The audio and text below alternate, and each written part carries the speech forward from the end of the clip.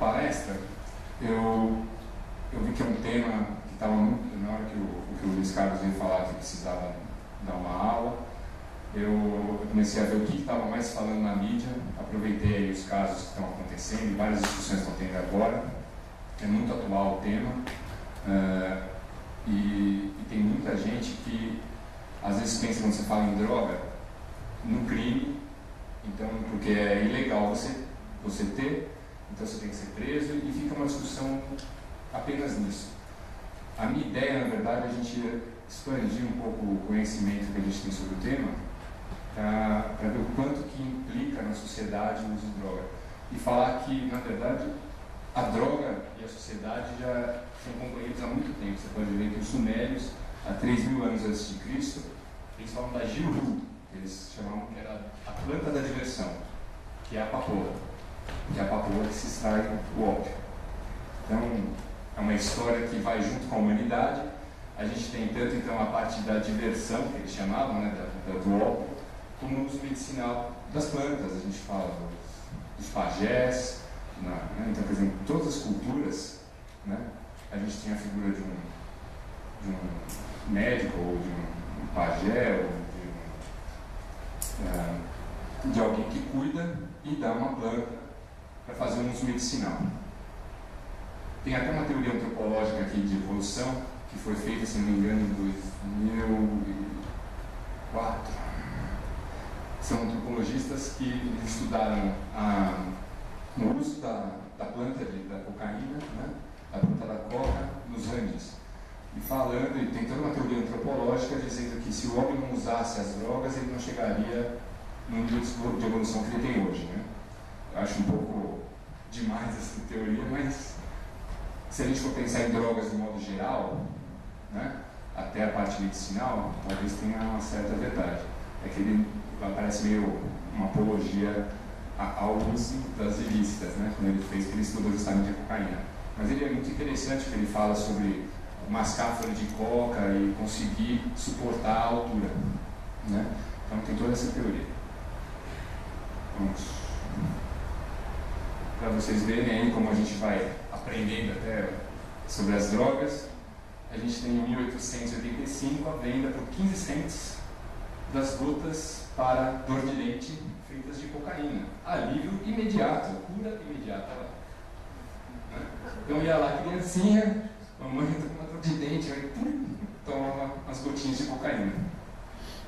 Você vê como vai passando, né? O que é o lícito e o ilícito. Tem toda uma discussão aí que eu vou chegar mais no final da palestra. E as drogas como permeiam a sociedade, então lá.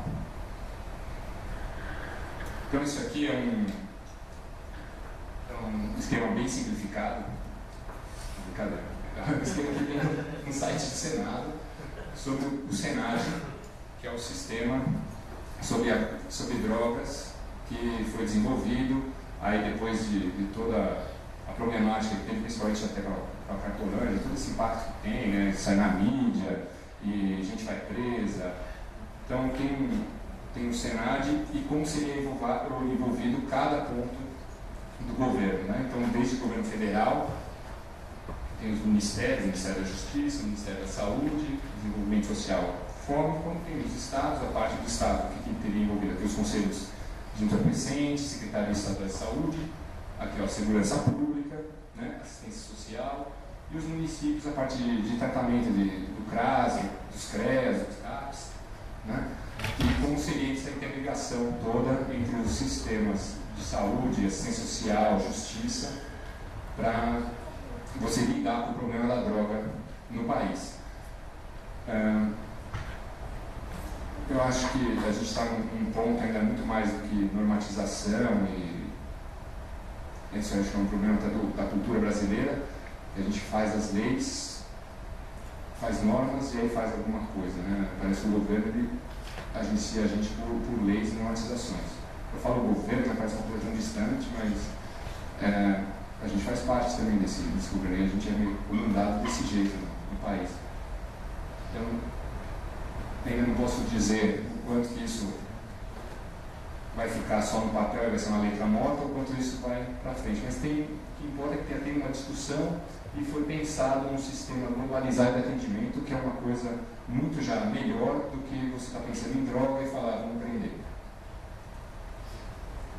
Então, mais ou menos a parte assim, mais médica, eu vou falar agora para dar um panorama melhor do que a gente chega numa dependência, né, que é quando a gente fala acho que ninguém vai discutir dependência como sendo uma doença ou não, né?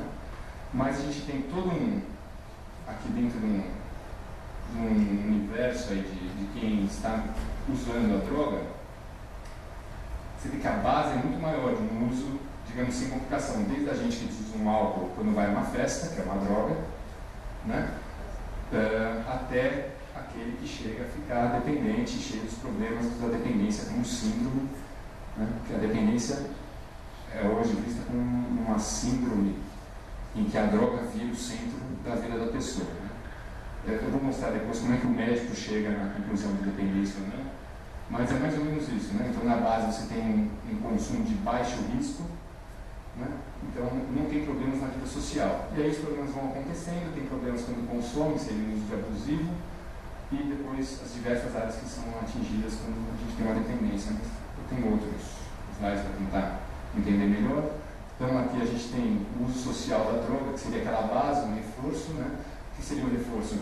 Pô, vou na festa é diversão eu tomo, fico mais alegre, eu chego com as menininhas chegam em mim, verdade, tudo na festa. Então, aquele reforço positivo agudo, droga é legal, né? Álcool é legal, eu fico mais legal, a festa é um ambiente legal, que vai a um uso compulsivo, progressivo, até chegar numa dependência.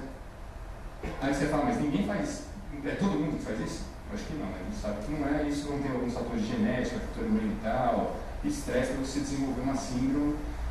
Né? Hoje em dia, o que a gente entende como qualquer doença psiquiátrica, isso veio dos estudos, todo mundo pode ter uma doença psiquiátrica dependendo do quanto de estresse você tem. O estresse a gente pode pegar tanto estresse familiar, como estresse do trabalho, qualquer área da sua vida que esteja te pressionando de alguma forma é um estresse, né? Uma doença, então uma outra doença, eu descobri que eu tenho câncer, é um estresse. Eu descobri que eu tenho diabetes, eu tenho que tomar insulina todo dia, é um estresse. Então, os vários fatores, né, que tem estresse, um fator ambiental, estou no meio de uma guerra, moro lá no Irã, moro lá no Iraque, quebrou o país, eu estou lá na Grécia. E aí depois eu saio e tenho uma dependência de drogas. Você vai ver que como isso acontece nas diversas culturas e não só as doenças psiquiátricas do tipo, quando a gente fala de doença psiquiátrica, quando fala em uma guerra, o cara ficou traumatizado de guerra. Mas ninguém fala quantos caras que são dependentes de algo nos Estados Unidos por causa da guerra. Né? E depois, quando você tem a dependência formada, você vai ter abstinências, isso pode cair em recaídas e a gente fica nesse ciclo, ou alguém que consegue uma abstinência prolongada na recuperação. Né? Mas eu vou dar vários exemplos para a gente conseguir entender bem isso. Esses são os critérios de uso nocivo de drogas. A gente classifica medicamente em uso nocivo, a dependência, uso abusivo. Então, que seria já um uso nocivo. A gente teria uma escalada progressiva de uso e de problemas. Né? Então, você tem que informar um ou mais desses seguintes sintomas. O primeiro é o uso constante da substância, resultando no fracasso de obrigações do trabalho, na escola ou em casa. Então, só você tomar umas, chegar em casa, a mulher está lá falando, pô, você não vai me ajudar a lavar a louça? Isso já pode ser caracterizado, né? Tá vendo como a gente vai chegando perto do desnecido, né? O uso constante de substâncias em situações fisicamente comprometedoras, como de marca, um veículo. Então, a gente precisa ter na lei que você bebeu, vai estar pondo em risco a sua vida, não é verdade? Mas você está tendo já um uso nocivo, então eu já posso classificar você como um potencial candidato a levar um cartão e a gente passar em consulta. Né? Problemas legais constantes relacionados com o uso de substância, detenções, né, as doenças de ocorrência, como agressão e tudo mais, né? Porte ilegal, essas coisas. E o uso contínuo da substância, apesar de ter um problema social interpessoal persistente ou constante, que seria exacerbado pelos efeitos da substância. Então, as brigas com com os companheiros em casa, né, lutas corporais, mesmo que não tenha um problema legal, que ele não vá para na delegacia fazer um BO, se ele está tendo o problema, também é um critério para uso nocivo já. Dependência. Como é que o médico sabe que você tem uma dependência? Acho que esse slide vocês conseguem ler direitinho. Então vamos lá. Tolerância é o primeiro, de dependência. Vamos fazer progressivo. Primeiro, uso abusivo, então, que é o uso recorrente da substância, resultando em falta de cumprimento de importantes obrigações do seu papel no trabalho escolar. É parecido com o uso nocivo, né? Mas aí seria uma coisa mais recorrente. Então, o segundo critério seria o uso recorrente das substâncias em situações das quais ele é perigoso fisicamente, mas semi-recorrente. É parecido com o uso nocivo, só que é uma coisa recorrente, né? Os problemas legais e o uso continuado, apesar de ter, é a mesma coisa, só que recorrente. Então, você está passando um uso nocivo, que seria eventual, para um abuso da substância, e caracterizando assim já um pouco pior do que o uso eventual com problemas, do que o uso recorrente com problemas, né? A tolerância que a gente falou, o cara estava bebendo uma dose, agora ele está bebendo 1 litro de cachaça, né? Esse aqui é cocaína, né?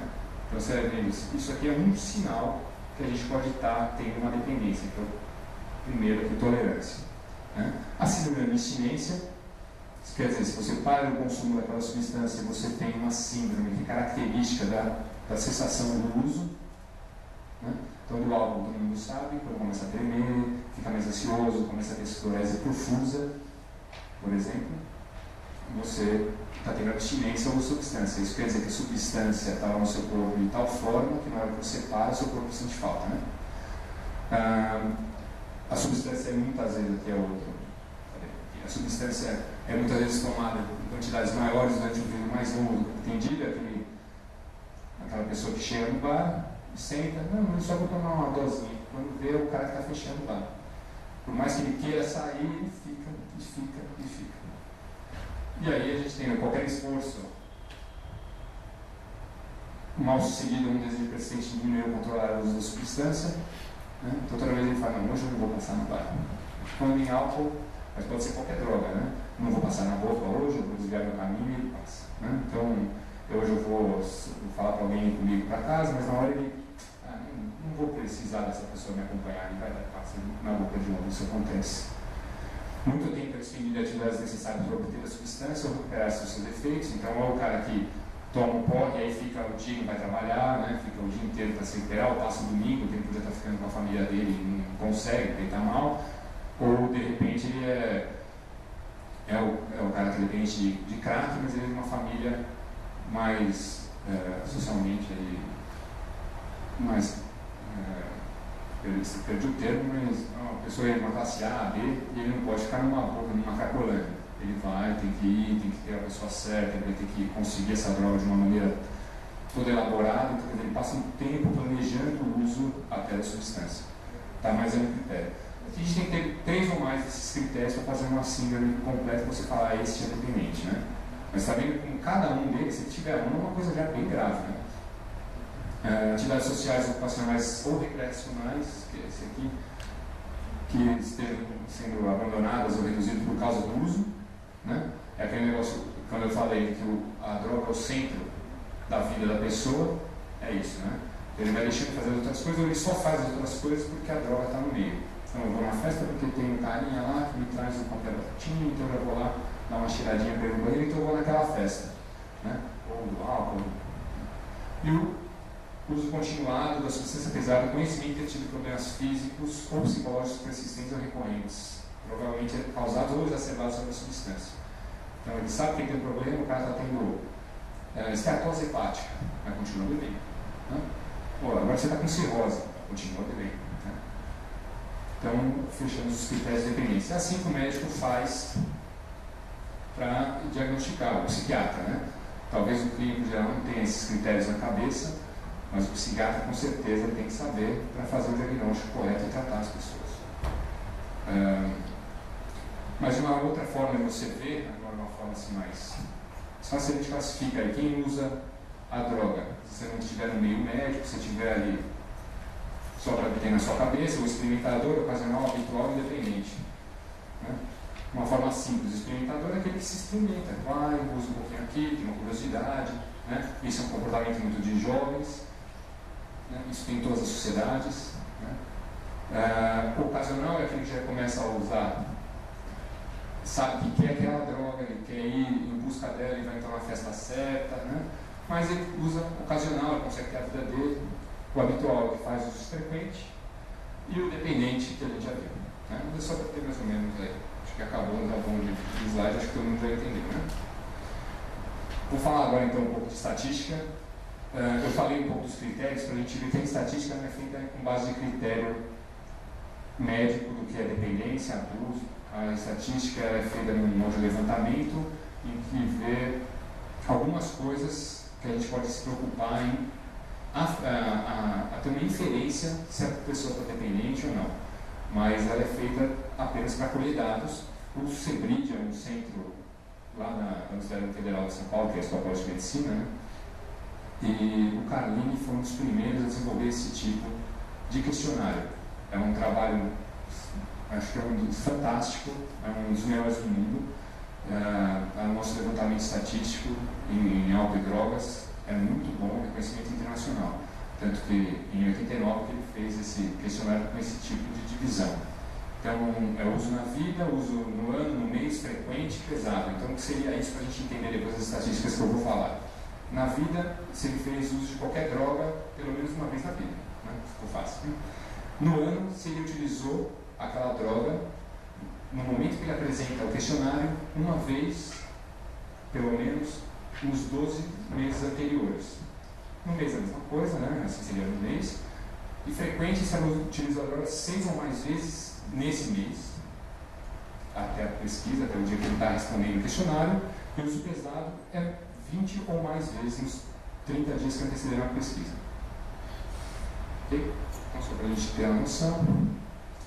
O estudo que eu vou apresentar, eu peguei os mais novos. Esse aqui foi feito em 2010, então ele tem algumas estatísticas de 2009 para fazer como foi publicado em 2010, e pega as estatísticas do ano anterior, né? Então, em 2009, ele pegou a fonte aí do Suas. Das 27 capitais brasileiras, ele pegou a população geral, a população entre 10 e 11 anos, para saber qual era o universo que ele estava vendo. A estatística foi feita com base em questionários nas escolas públicas e privadas das 27 capitais e fazendo um levantamento, né? Então, a gente tem um universo Brasil de entre 10 e 19 anos, 13 milhões de pessoas, né? E que vivem na capital são 45 milhões, então nas capitais, né? Quase 45 milhões. Ele pegou de todos, isso seria o Brasil, são 5 milhões de estudantes matriculados entre 10 e 19 anos, isso é uma fonte do INEP, né? O questionário, ele conseguiu validar quase 51 mil. O que é validar? Porque o válido é aquele que respondia a todas as questões da forma correta, né? Que não perdia, não era que distribui o questionário na sala aqui de aula, por exemplo, eles não precisavam se identificar, né? Tem todo um protocolo a ser seguido para você validar o questionário já nessa parte. Tinha um monte de gente que pegava o questionário e levava embora, não entregava. Então ele perdia das pessoas que ele ia entregando. Mas ele teve 51 mil quase válidos. E era tão completo que falava sobre maconha, cocaína, crack, anfetamina, solvente, ansiolítico, anticolinérgico, analgésico, opiáceo. Né? Vocês conseguem entender essas coisas muito medicamente. Né? Tem muita gente aqui que é advogada. Acho que até a anfetamina dá para entender, né? Solvente, ansiolítico seriam os benzodiazepínicos de uma forma geral. Então a gente tem o diazepam, o rivotril, né? Anticolinérgicos, a gente tem normalmente os que são utilizados para a doença do Parkinson, porque eles dão barato, né? Analgésicos opiáceos seriam o tramal, o Tilex, morfina, né? Esteroide anabolizante, heroína, LSD, êxtase, a metanfetamina, ketamina, que são outros tipos de... Tudo que droga que dá barato, né, o pessoal vai sabendo, igual o glicogênio, e energético com álcool. Além do álcool isolado e o tabaco também, porque questionar, tá? Então ele era muito extenso o questionário, por isso que ele perdeu alguns, na hora que ele passou, você pega um moleque de 12 anos, lá hoje é 7º ano, né? E ele tá lá, começa a responder e fala, meu, que isso? Deixa quieto, ele perdeu. Esse questionário não vale invalidado na pesquisa. Ele pegou escolas públicas e privadas, e uma coisa interessante que eu tirei para apresentar para vocês, que muita gente vai falar, de 10 a 19, deve ter repetente pra caramba lá. 76% não tem defasagem na escola pública. Então, assim, muito mais do que os 50% aí, que seria já a maioria, não está atrasado no ano letivo. Então, são pessoas que, na hora que provavelmente uns 17 anos, estão saindo do ensino médio. Né? E 94% nas privadas. Tem um índice um pouquinho maior aí de defasagem na escola pública, mas são pessoas bem contemporâneas à idade que era pretendida aí, quando ele foi passar esse estudo nas escolas. Né? Chegar no máximo aos 17 anos. Aí pegou alguns de 19 aí. Que bom, né? Eu mexi e saiu tudo aqui da linha, mas ainda bem que eu entendo. O que importa desse gráfico aqui são os tipos de uso, exceto álcool e tabaco. Então a gente está pegando tudo que foi usado na população de jovens. E olha só que interessante essa faixa amarela. Uso na vida 10,4% de garotos aí, garotas de 10 a 12 anos já usaram outras drogas fora álcool e tabaco.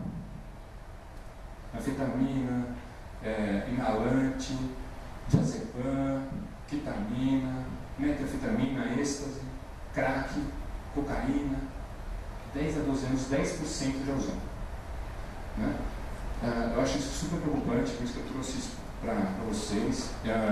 Sei que aqui a gente tem formadores de opinião pública, então minha ideia nessa aula foi essa, a gente fazer esse impacto e vocês vão ver o resto das estatísticas, que assim, quanto mais, quando eu fiz a especialização em álcool e drogas, quando eu comecei a ver estatística mais aprofundada, e eu comecei a me assustar cada vez mais, eu vi o quanto o Segredite também está preocupado com isso. A gente tem uma taxa de dependência de álcool no Brasil aí de quase 30% da população. Isso é muito problema para frente aí. Né? Então, uso esse aqui a gente tem na vida, mas olha só, no último ano 5,4, no mês 2,7. Né? Então, e aqui a gente tem o uso pesado que saiu da tabulação aqui 0,4% de 10 a 12 anos já tem uso pesado da substância fora álcool e tabaco. Você tem quase 1000% dos meninos aí, ó, usando. Né? Álcool, 30% já tinha usado. Né? É que lá não tem a estratificação inteira até o uso pesado. Né? Tinha até um ano só. Porque depois tinha outras estratificações, eu ia ter que fazer muita conta para apresentar, porque tinha estratificação por faixa etária, por gênero, por anos, se estava ou não na sala certa, um monte de coisa, e eu ia ter que contabilizar tudo. Não consegui aprontar isso tudo para vocês agora, desculpa. Mas olha só, destaque da maconha, cocaína e crack. Esses são os maiores, tá? A gente vai ver para frente aí. Tem estatísticas do Brasil e de São Paulo, porque a gente, às vezes, morando aqui em São Paulo, Grande São Paulo, a gente acha que a gente está que é diferente dos outros estados do Brasil. Então, você pode ver que é muito parecido, muito próximo a 5,7 na maconha e 5,1. Aqui é tudo exceto álcool e drogas, né? Não, eu botei álcool e tabaco, não botei aqui depois. Né? Mas, ó, parecido, 60% dos jovens já usam na vida. Né? Crack, 0,6, cocaína, 2,5, 5,7, uso pesado, ó. Se pegar umas drogas aí, crack, 0, crack, deixa eu ver, é o 0,1 mesmo. Né? 0,1, o crack é uma substância que dá uma dependência muito rápido e estraga, ela dá uma... Quando você chega na síndrome de dependência, você viu o quanto que a pessoa tem que estar estragada para a síndrome, né? Então, a gente está criando pessoas aí até 19 anos, em que 0,1% já tem uso pesado. Se é um uso pesado de crack, dá para quase garantir que é uma dependência aí. E a dependência, a gente tem uma dificuldade enorme de tratar. Né? E a mesma coisa acontece em São Paulo.